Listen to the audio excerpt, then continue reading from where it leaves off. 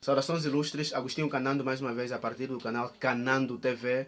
E tal como vos mostrei no vídeo anterior que fiz pelo Facebook, pela rede social Facebook, e dei-vos algumas diretrizes sobre a possibilidade ou não de virmos a considerar a aplicação ou a atribuição de tala como sendo um crime. Pois bem, tal como já mostrei nos vídeos anteriores, quer no Insta, quer no Facebook, na página Principiologia e na página Agostinho Canando, é crime aplicar tala em Angola? Objetivamente, não. Não é crime. Mas o que é que significa objetivamente não criminalizarmos a aplicabilidade da tala? Significa que só se pode prender, só se pode culpabilizar por crime de homicídio, responsabilizar por crime de homicídio, todos aqueles que utilizarem táticas, que utilizarem modus operandi que sejam possível de serem detectados e provados pela ciência. O que significa que aqueles crimes, aqueles homicídios que não forem passíveis de serem provados pela ciência, não poderão cair no âmbito de um crime como tal.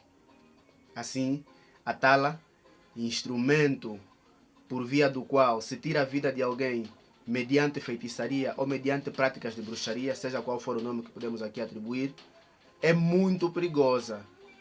Ela ceifa vidas, destrói famílias, destrói vidas e coloca pessoas incapazes. Mas Canando, como um jurista, por que é um assunto deste tipo? Sou do Kwanza Sul, República de Angola, e lá muito se fala acerca disso, assim como no país inteiro, né? Claro. O problema qual é? Se deixarmos que as pessoas se firam, umas às outras a todo custo, em qualquer momento, sem que possam ser, sem que devam ser responsabilizadas, isso vai dar por torto. Primeiro porque temos alguns mercados informais em Angola que vendem, caríssimos, vendem tala. Ou seja, estão a vender alguma coisa que é para envenenar o próximo. Tem até uma história caricata, antes mesmo de continuar, que há uma senhora no mercado informal do Asa Branca, em Luanda, que vendeu tala para matar e foi buscar o troco. Acontece, porém, que na sua volta encontrou que no banco dela é onde implementaram lá a tala, ou seja, o cliente comprou a tala para matá-la. Faz até sentido, não é? Faz um duplo sentido. Mas vamos continuar. Por que criminalizar a tala? Porque a tala é perigosa, ceifa vidas e deixa muita gente sem o pai, sem a mãe, sem o irmão, sem as pessoas que ama. Agora, ao criminalizarmos a tala, o que é que podemos fazer? Como podemos provar que houve crime de homicídio mediante a aplicabilidade de tala? Os artigos 7º e 223 da Constituição da República de Angola deixam algumas pontas soltas, quer sobre autoridades tradicionais, quer sobre a validade ou não do costume. Entretanto, apenas colocando como barreira a legalidade e a dignidade da pessoa humana. Mas agora vamos analisar juntos. Se, quando se mata alguém por via da tala, automaticamente lesou-se a dignidade da pessoa humana, lesou-se a dignidade da família alheia mediante o uso desses instrumentos, por que é que não se utiliza dos mesmos instrumentos ou dos mesmos argumentos para se poder combater este tipo de crimes? Assim, deve sim ser considerado um crime aplicar tala. Mas agora, a outra questão qual é? Quem deverá ter o impulso processual? Já que deverá ter uma lei própria, a ideia teria de ser a seguinte: considerar-se-ia crimes públicos aquela aplicabilidade de tala que vai resultar em morte ou em ferimentos graves. E considerar-se-iam crimes semi-particulares ou privados aqueles cuja aplicabilidade causariam mini lesões ou lesões muito pequenas. Assim, o impulso dependeria do tipo de crime, ou seja, da categoria ou da natureza de crime a que estivéssemos a nos referir. E o processo também dependeria muito. Se fosse pego em flagrante delito, coisa que também merece um estudo profundo, apanhar em flagrante delito alguém a aplicar uma tala ou a prejudicar alguém nas artes místicas ou em feitiçaria, se fosse possível ter alguém a ser apanhado em flagrante delito, poderia-se falar de um processo sumário. Mas, como por via de regra nem sempre é possível apanhar alguém em flagrante a praticar atos de feitiçaria contra uma pessoa específica, logo estaríamos perante aos processos normais, aos processos Crela. Quem devia julgar os crimes de aplicação de tala ou de homicídio ou de ofensas corporais graves mediante a aplicação de tala? Seriam as próprias instituições. Neste caso, ou no tribunal haveria cada um dos tribunais de comarca, de relação e Supremo uma secção que trata dos crimes tradicionais, ou então constituiríamos tribunais tradicionais constituídos por sobas, reis, regedores, os mais velhos ou os anciãos da comunidade e os coordenadores do bairro. Esses estariam em melhores condições de poder responder com todas as peripécias relativas à aplicabilidade de tala com o fim de acabar, diminuir ou de tirar a dignidade da vida alheia. Mas, Canando, como é que isso seria possível? Em primeiro lugar, deveríamos ter uma lei dos crimes tradicionais. É isso mesmo. Pode parecer estranho. Lei dos crimes tradicionais. Ao trazermos ao de cima a lei dos crimes tradicionais, necessariamente estaríamos a dizer o quê? Que toda a prática de feitiçaria deveria ser regulamentada. Porque, até onde sabemos, do pouco da história que sabemos, no passado utilizava-se dessas artes para poder disciplinar as pessoas.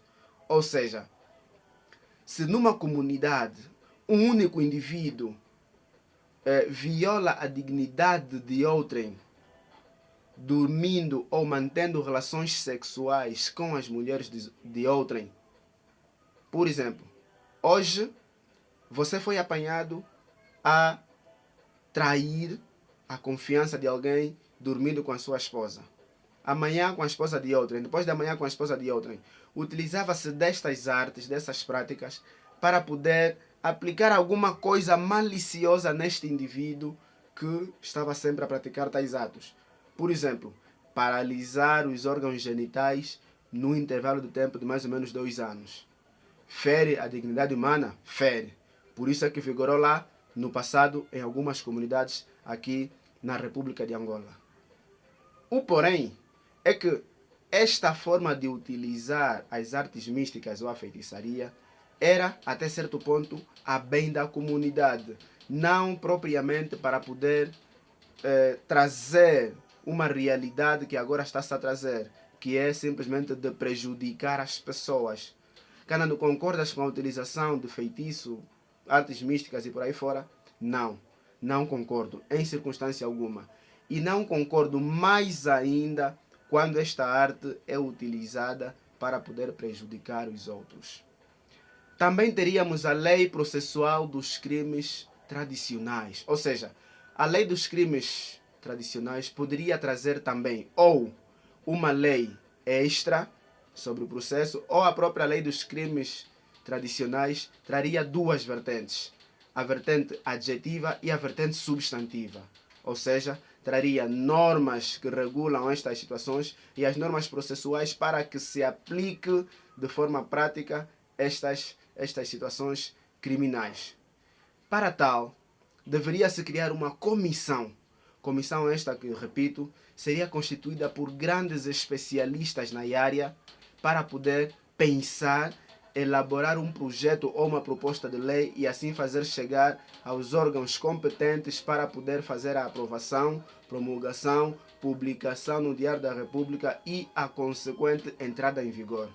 Essa comissão estaria constituída por juristas, filósofos, sociólogos, psicólogos, antropólogos, pastores, presbíteros, padres, cônegos, qualquer que seja o nome religioso que se pode dar, discípulos. Todos esses, juntando com os profissionais dos tribunais, pensar direito, pensar República de Angola, pensar o bem-estar dos angolanos no sentido de que todo mundo sairia a ganhar. E lá no Facebook dei um exemplo que vou voltar a dar. Imagine você, magistrado, Imagine você, magistrado judicial ou do Ministério Público, que em algum momento você atribui uma certa decisão a um certo indivíduo. E este indivíduo ameaça de forma clara que o senhor vai morrer ou vai perder um dos seus familiares por conta da decisão que o suposto acusado acha que foi injusta. O que é que vai acontecer? Vai depender por crime de ameaça de quê? Ameaça essa que não vai ser comprovada em circunstância alguma caso um dos seus familiares venha a morrer. E tem mais. Ele vai lhe dizer claramente: caríssimo juiz, eu sou feiticeiro. Caríssimo magistrado do Ministério Público, eu sou feiticeiro. A decisão que o senhor tomou contra mim é injusta. Na tua casa vão morrer 2 pessoas por tala e eu vou me certificar de que essas pessoas morram. 3 meses depois, te morre um filho. Como nós, digo nós, tal como diz a minha tia, nós da cidade somos um pouco duvidosos, vamos achar que foi uma situação de saúde normal, não é? E isso é o nosso modus vivendi, também não nos podem criticar muito por isso. Vamos achar que foi um paludismo daqueles, que foi um câncer, que foi uma tuberculose que levou o nosso sobrinho ou o nosso filho. 6 meses depois, tal como prometido, morre mais uma criança nos mesmos moldes. E por outra, da autópsia que se faz dos corpos das 2 crianças, nada consegue se chegar à conclusão de que foi mesmo por doença. Amanhã, o indivíduo que você julgou há 6 meses te aparece e diz assim: caríssimo juiz, sentiste, né? Se não te arrependeres desta decisão aqui na minha frente, vão morrer mais 2. Pode parecer uma situação caricata, mas é para dizer o quê? Que ao acabarmos com esse tipo de coisas que existem aqui no nosso país e que é uma realidade nossa, não podemos negar, ao mitigarmos os efeitos negativos da tala e de outras artes místicas com o fim de prejudicar vidas alheias, estaríamos a trazer uma república mais bem organizada, sem desmerecer a vertente cultural, tradicional ou mística do nosso país, que tem todo um conjunto de história por detrás de tudo isso, mas estaríamos a trazer uma maior convivência a uma sociedade mais equilibrada, justa, de paz e progresso social.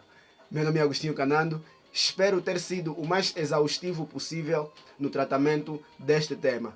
E de realçar que daqui para frente irei virar as minhas baterias para trazer um artigo científico e poder distribuir para os senhores se degustarem do mesmo. Já ouviu falar da plataforma Flickr?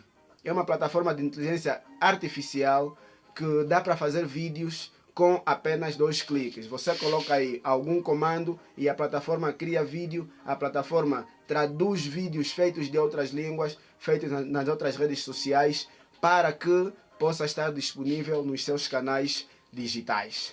Tal como disse, sou Agostinho Canando, estamos juntos, até já!